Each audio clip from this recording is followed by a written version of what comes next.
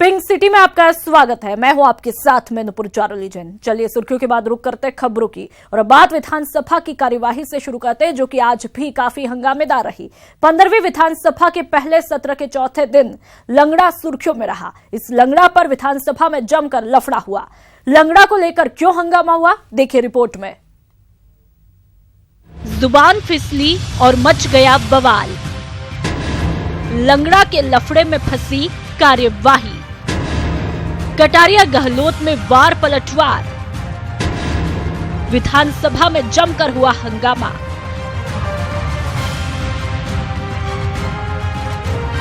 शुक्रवार को भी राजस्थान विधानसभा की कार्यवाही में जमकर हंगामा हुआ। वजह बना किसानों की कर्ज माफी का मुद्दा।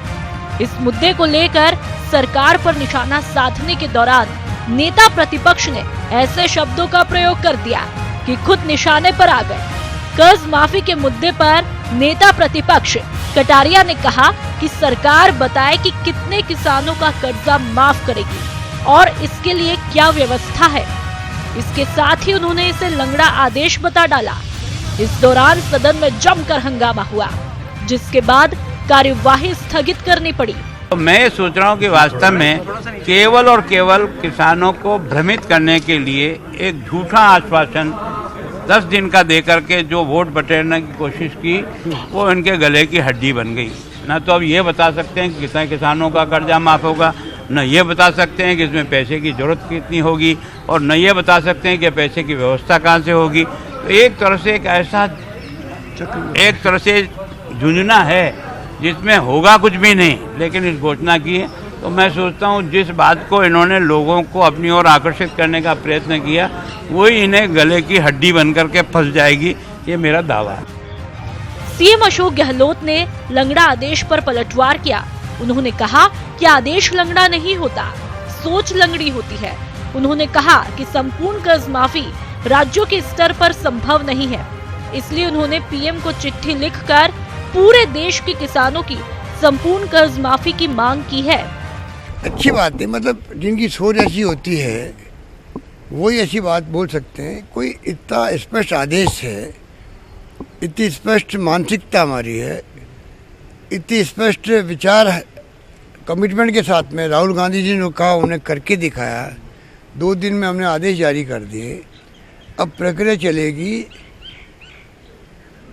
बैंकों से रिपोर्ट ली जाएगी, किनके बकाया है, किनके नहीं है, कितने हैं कितने नहीं है, ये काम ही नहीं करेंगे हम लोग।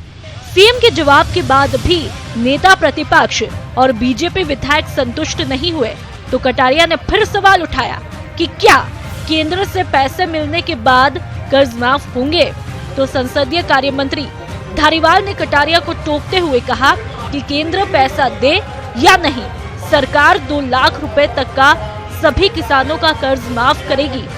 कुल मिलाकर किसान कर्ज माफी के मुद्दे को लेकर जमकर जुबानी जंग हुई, जिसके कारण 1.5 घंटे से भी ज्यादा सदन का वक्त जाया हुआ। बेशक किसानों की कर्ज माफी अहम मसला है, लेकिन इसको लेकर हंगामे के बजाय सार्थक चर्चा हो तो ही मुनासिब हल भी निकलेगा।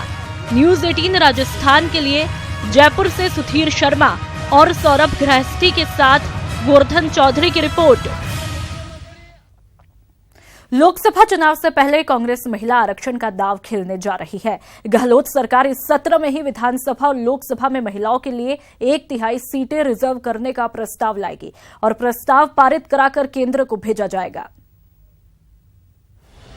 कांग्रेस का महिला आरक्षण दांव, आधी आबादी को लुभाने की कवायद। विधानसभा में प्रस्ताव लाएगी गहलोत सरकार। विधानसभा लोकसभा में 33% महिला आरक्षण का प्रस्ताव।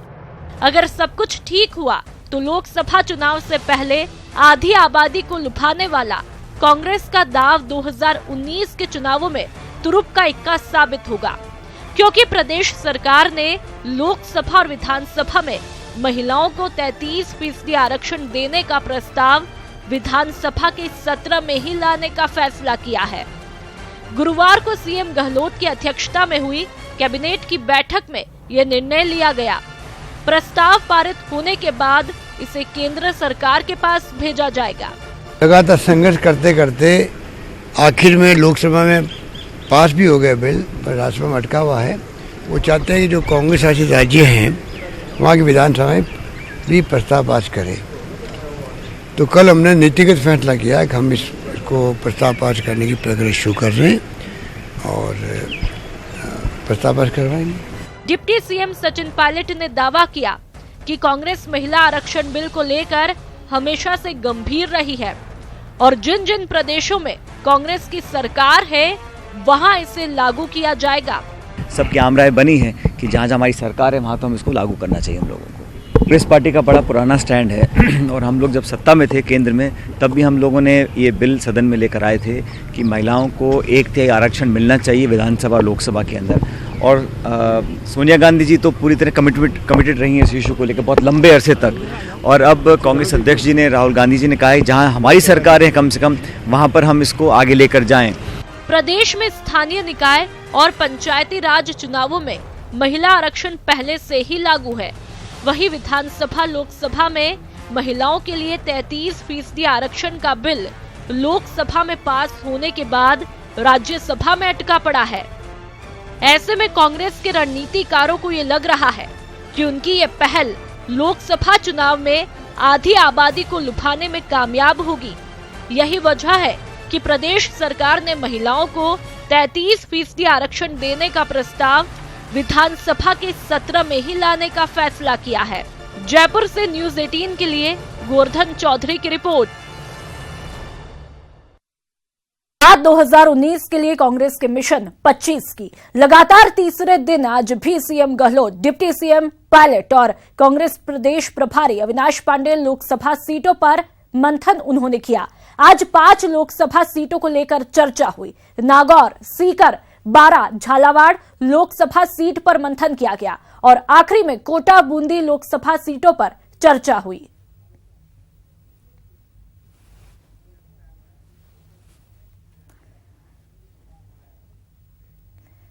विधानसभा के बाहर सीएम अशोक गहलोत और डिप्टी सीएम सचिन पायलट की जुगलबंदी देखने को मिली। 8 सिविल लाइंस फीडबैक बैठक में जाने के लिए गहलोत पायलट विधानसभा के मुख्य द्वार के साथ ही बाहर आए। बाहर दोनों साथ खड़े थे और इस दौरान प्रेस फोटोग्राफर उनके फोटो ले रहे थे तो गहलोत ने पायलट के कंधे पर हाथ रख गहलोत ने हंसकर कहा, आपको फोटो लेना है, लीजिए फोटो। ये कहकर गहलोत पायलट ने साथ साथ फोटो खिंचवाए और फिर विधानसभा से रवाना हुए। दोनों नेताओं की इस जुगलबंदी की सियासी हलकों में चर्चा हो रही है।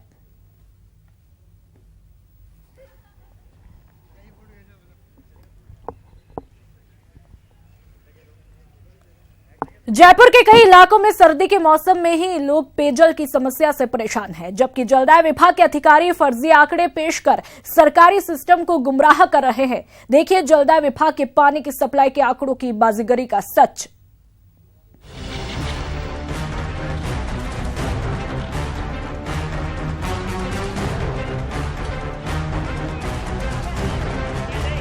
बिसलपुर बांध में पानी की कमी को देखते हुए सरकार ने जलदाय विभाग को पेयजल की समस्या से निपटने के लिए भरपूर फंड जारी किया है, लेकिन जयपुर की आम जनता पेयजल की समस्या से त्रस्त है और जलदाय विभाग के अधिकारी आंकड़ों की बाजीगरी कर सरकारी सिस्टम गुमराह कर रही है। ये खुलासा जलदाय विभाग के बिसलपुर बांध से राजधानी में पानी की सप्लाई की आंकड़ों से हुआ है, लेकिन पानी की सप्लाई में कटौती के बारे में पूछे जाने पर विभाग के अधिकारी की दलील सुनिए।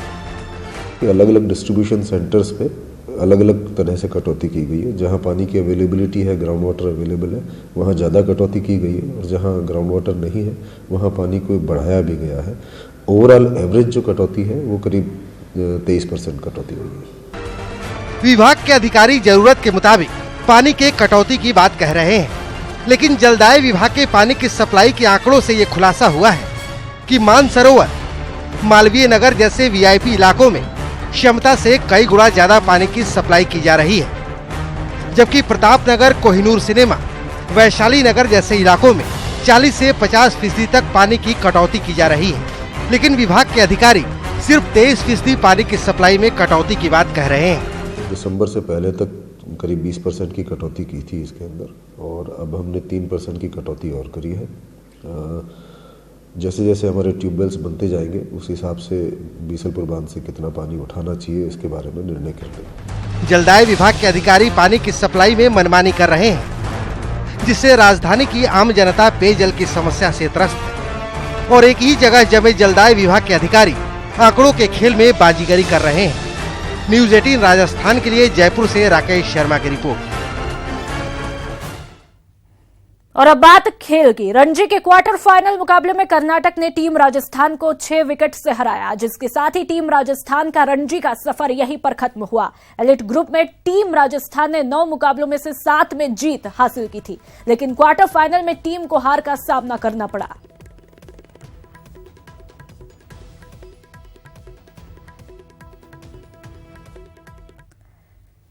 जयपुर में federation of Indian chamber of commerce and industry ने एमएसएमई समिट का आयोजन किया, जिसका उद्घाटन एसीएस उद्योग डॉक्टर सुबोध अग्रवाल ने किया। समिट में प्रदेश के सूक्ष्म, लघु और मध्यम उद्योगों की चुनौतियों और भविष्य की संभावनाओं पर चर्चा हुई। 13 राज्यों की हमने औद्योगिक नीति का स्टडी किया है। उनमें से 5-6 राज्यों की औद्योगिक नीति के फीचर्स हमें अच्छे लगे हैं और सरकार ने एक कमेटी बनाई है जिसके कमिश्नर इंडस्ट्रीज के पाठक जी अध्यक्ष हैं।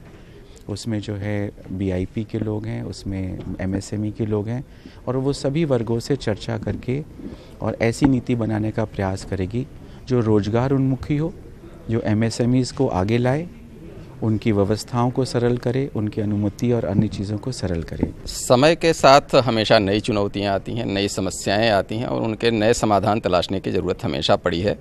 तो हमारी कोशिश होगी कि न केवल हम पुरानी नीतियों से अनुभव लें, बल्कि अनेक अन्य क्षेत्रों में जो नवाचार हुए हैं, अन्य राज्यों में हुए हैं, उनको भी उसमें समेकित कर पाएँ। प्लेटफॉर्म एक गवर्नमेंट ऑफ इंडिया ने लॉन्च किया है, जिसमें 10 लाख से 1 करोड़ तक का एप्लीकेशन ऑनलाइन आप कर सकते हैं।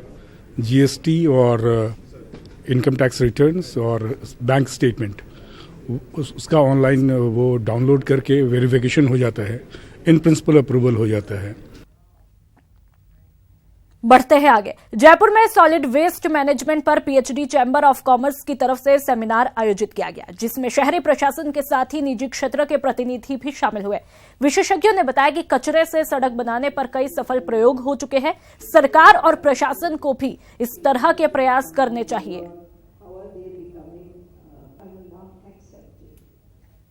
यही उठाया जा रहा है कि पृथ्वी सबकी है, हवा सबकी है। इंडस्ट्री अकेले की हो सकती है, लेकिन जब आप वेस्ट करते हो तो वो हम सबको इम्पैक्ट करता है। और हम ऐसा सुंदर भविष्य हम सबके लिए क्यों ना बनाएं जहां हम इस वेस्ट को गोल्ड बना सकें। आखिर जो ये वेस्ट है वो भी किसी लायक है, ये यूजेबल है। जैसे कपड़े का जो वेस्ट होता है, जयपुर में बहुत सारा कपड़ा बनता है, प्रिंटिंग बनती है, तो उसका हम क्या करें, तो उसको श्रेड कर और हम पेपर बना सकते हैं। जयपुर के मालवीय नगर में काया क्लिनिक के उद्घाटन समारोह में पूर्व विधायक दिया कुमारी ने भाग लिया। इस मौके पर उन्होंने कहा कि बढ़ती उम्र और बदलते मौसम के साथ स्किन भी केयर मांगती है और इसके लिए सभी को सचेत रहना चाहिए। इसके अलावा दिया कुमारी ने अपने राजनीतिक करियर और लोकसभा चुनाव लड़ने की संभावना पर बात करते हुए कहा कि पार्टी जो फैसला करती है उन्होंने अब तक उसी के अनुरूप काम किया है और आगे भी करती रहेंगी। आजकल के ज़माने में बहुत ज़रूरी है कि आप सभी लोग दिखना चाहते हैं, अच्छा दिखना चाहते हैं, अपना बेस्ट से बेस्ट दिखना चाहते हैं और यहाँ पर स्पेशलाइज्ड ट्रीटमेंट्स अवेलेबल है। मतलब हेयर से लेके स्किन, हर चीज़ के लिए अवेलेबल है ट्रीटमेंट्स और under right guidance and supervision. सर्दियों में एक तो ड्राई स्किन प्रॉब्लम होती है, तो जो सिर में या स्कैल्प में डैंड्रफ होता है, जो ड्राई डैंड्रफ होता है। दूसरा, बॉडी भी बहुत ड्राई हो जाती है, तो जैसे हेयर डैंड्रफ के लिए हमें ऑयलिंग करनी चाहिए रात को और मॉर्निंग में एंटी डैंड्रफ शैम्पू से वॉश करना चाहिए। हफ्ते में 2 या 3 बार। बादाम है, अखरोट है, अलसी के बीज हैं, विटामिन ई कैप्सूल्स ओरली ले सकते हैं, जिससे बॉडी में अपने आप ऑयल जनरेट होगा और ड्राइनेस कम होगी। नहाने के पहले आधा घंटा पहले नारियल का तेल लगना चाहिए बॉडी पे। जयपुर के राष्ट्रीय आयुर्वेद संस्थान में 2 दिवसीय क्विज प्रतियोगिता हुई।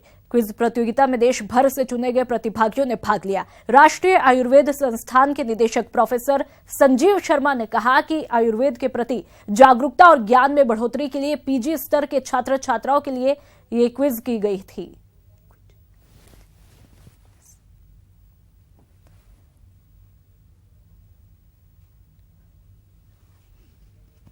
कॉलेज लेवल से वो स्टेट लेवल तक गए, फिर स्टेट लेवल से जोनल लेवल तक गए। वहाँ पर जो जो उस कंपटीशन में सेलेक्ट हुए उस हिसाब से कंपटीशन करवाते करवाते ये फाइनल राउंड ऑफ दिस मंथन का जो कार्यक्रम है उसका जो फाइनल राउंड है वो एनआईए में को इन्होंने रिक्वेस्ट करी कि एनआईए इसको होस्ट करे, तो हमने इसको होस्ट किया है। और यहाँ पर ये फाइनल राउंड जो 4 लोग डिफरेंट 4 जोन से यहाँ जीत करके आए थे उनका आपस में ये एक जो प्रतियोगिता थी, एक कंपटीशन था, वो आज हुआ है। ये जो मंथना किया जा रहा है ये अलग अलग स्टेट्स में अलग अलग किया गया था। पहले प्रीलिम्स, फिर स्टेट, फिर जोनल, लाइक दैट। एंड जो इसका नेशनल फाइनल है वो हमने एनआईए में किया है, because NIA is that place जहाँ पे मतलब पीजी स्टूडेंट्स का सबसे ज़्यादा इंथुसियाज्म मिलता है।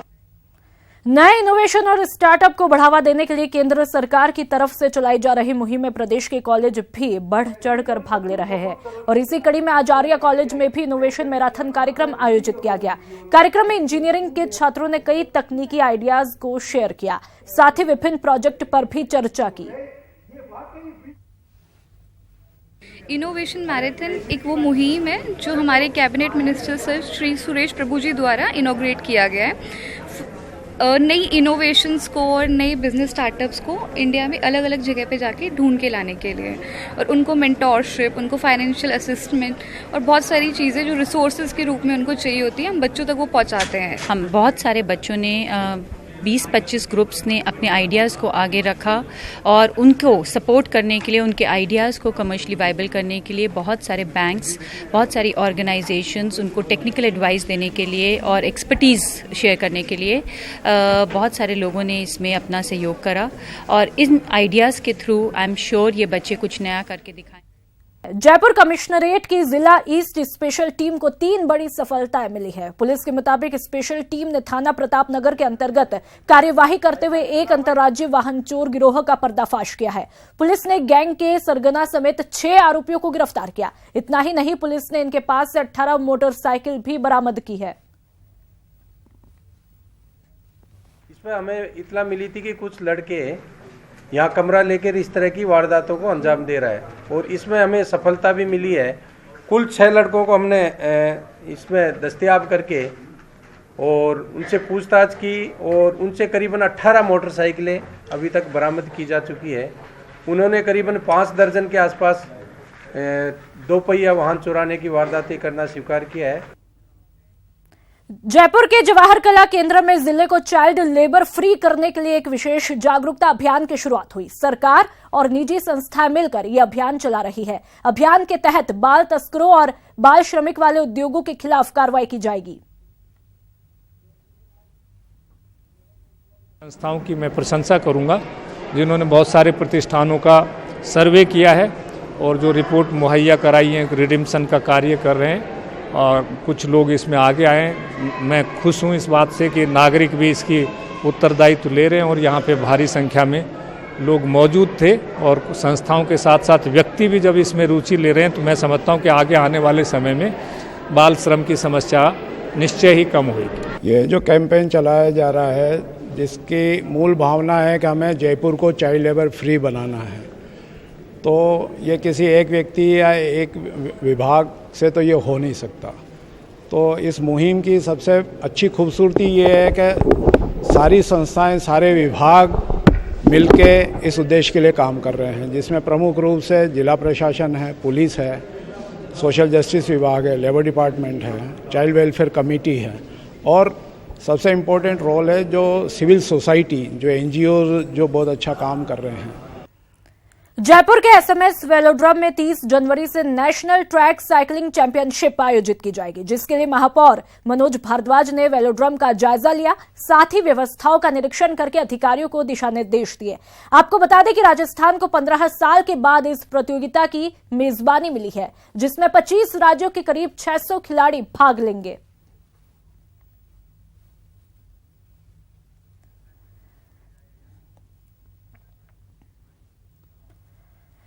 सिटी में Jaipur international film festival JIIF के 11वें संस्करण का आगाज हुआ है। फेस्टिवल का उद्घाटन कला संस्कृति विभाग मंत्री BD कल्ला और 25 देशों के 25 फिल्म मेकर्स ने किया। इस दौरान film script writer robin Bhatt को लाइफ टाइम अचीवमेंट अवार्ड से नवाजा गया। 5 दिवसीय इस फेस्टिवल में 64 देशों की 232 फिल्मों का प्रदर्शन किया जाएगा।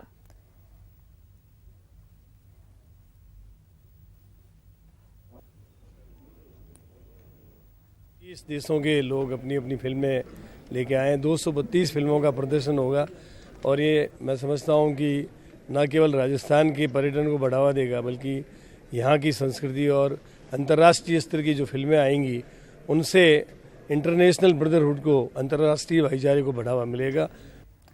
तो दूसरी तरफ गुलाबी शहर जयपुर में RIFF की तरफ से राजस्थान इंटरनेशनल फिल्म फेस्टिवल की शुरुआत होने जा रही है। फेस्टिवल का आगाज 19 जनवरी को होगा। आइनॉक्स क्रिस्टल पब में आयोजित होने वाले इस फेस्टिवल में 10 देशों की 25 इंटरनेशनल फिल्मों की स्क्रीनिंग होगी। फेस्टिवल की थीम द महात्मा ऑन सेलुलाइड रखी गई है। बेस्ट फिल्म और बेस्ट कलाकारों को सम्मानित भी किया जाएगा। फेस्टिवल में एक्टर सुशांत सिंह, रजत कपूर, सोनी राजदान जैसी फिल्मी हस्तियां भी शिरकत करेंगी। ये रिफ फिल्म क्लब द्वारा 4 साल पहले किया गया था, जिसका 5th एडिशन 19 जनवरी कल से 23 जनवरी तक जयपुर में आइनॉक्स क्रिस्टल पॉम 22 गोदाम सर्कल पे आयोजित किया जा रहा है। 5 दिन के फिल्म फेस्टिवल में अलग अलग देशों विदेशों, लोकल, राजस्थान की short, documentary, animation, feature films का स्क्रीनिंग होगी। साथ में नॉलेज सीरीज टॉक शो होगा, वर्कशॉप का आयोजन किया जाएगा।